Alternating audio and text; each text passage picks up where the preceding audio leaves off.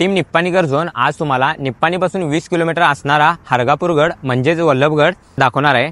तर हा गड दिसायला एकदम साधारण असेल, पण या गडाचा एक एक दगड इतिहास सांगतो।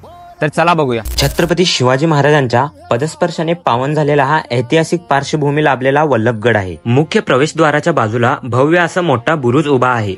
मुख्य प्रवेशद्वार गोमुखी बांधणीचे प्रवेशद्वार आहे। प्रवेशद्वाराच्या आतमध्ये मारुतींचे प्रशस्त मंदिर लागते। गडाच्या पूर्व तटावर सिद्धेश्वराचे पुरातन मंदिर आहे। तिथेच बाजूला एक गुहेतून एक भुयार आरपार गेले असून ते संकेश्वरात बाहेर पडते असं म्हटले जाते। गडाच्या मध्यभागी एक चौकोनी आकाराची खोल विहीर आहे। या विहिरीत उतरण्यासाठी मारुती मंदिराच्या मागून भुयार वाट आहे।